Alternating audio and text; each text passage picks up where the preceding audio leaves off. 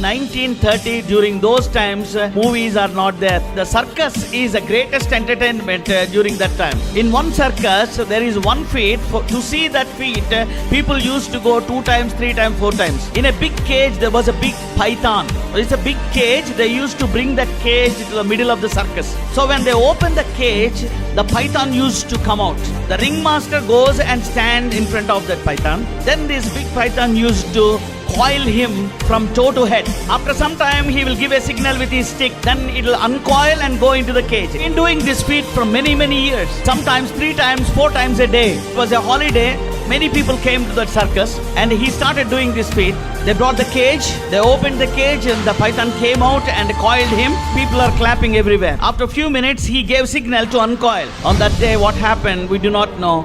But at that particular time, it never uncoiled that man. That python started shrinking. Could he able to hear the broken bones of this man? And he died on that spot only. My dear brothers and sisters, why I am sharing this story with you? The story is a real happening during 1930s. That man is having a great confidence that he can handle a big python. And he handled it many times. A day has come in his life, could not able to handle it anymore. He is the one who trained that python. Doing this feat is something like a child play to him. This snake crushed him one fine day. Many men and women are experiencing this in their lives during these days. Young people are facing this kind of situation. They are falling into some kind of a bad habit or some kind of a relationship, kind of a thing. It's happening in their life. Many times they think that we can handle this. My family do not know about my secret life. They do not know in what way I'm earning the money, what sort of habits I have, where I go, whom I meet. Nobody knows. I know all these things I can handle from childhood days only. Wherever we are,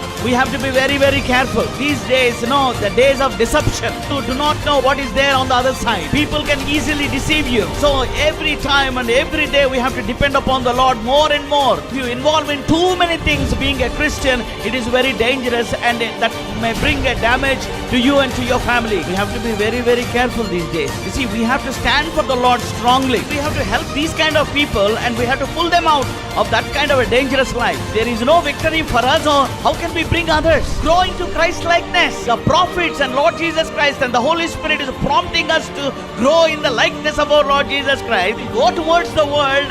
Who can rescue us and how we can grow and how we can help the perishing world. Don't just stay like a small infant. You have to grow. Year after year, there should be spiritual growth in your life. Physical growth is there, spiritual growth also should be there. Are we growing spiritually? Many Christians, they know how to go along with the world. They have so many friends, so many contacts, very busy in going to functions and receptions and marriages. No reading word of God, no prayer, no sharing testimony, no interest. You see, the word of God is challenging us. What sort of Christian you are with this kind of a barrenness? How can you boast about your barrenness? Don't know that you are naked. It's a shame on you. Light of God, we are naked if we continue to do such things.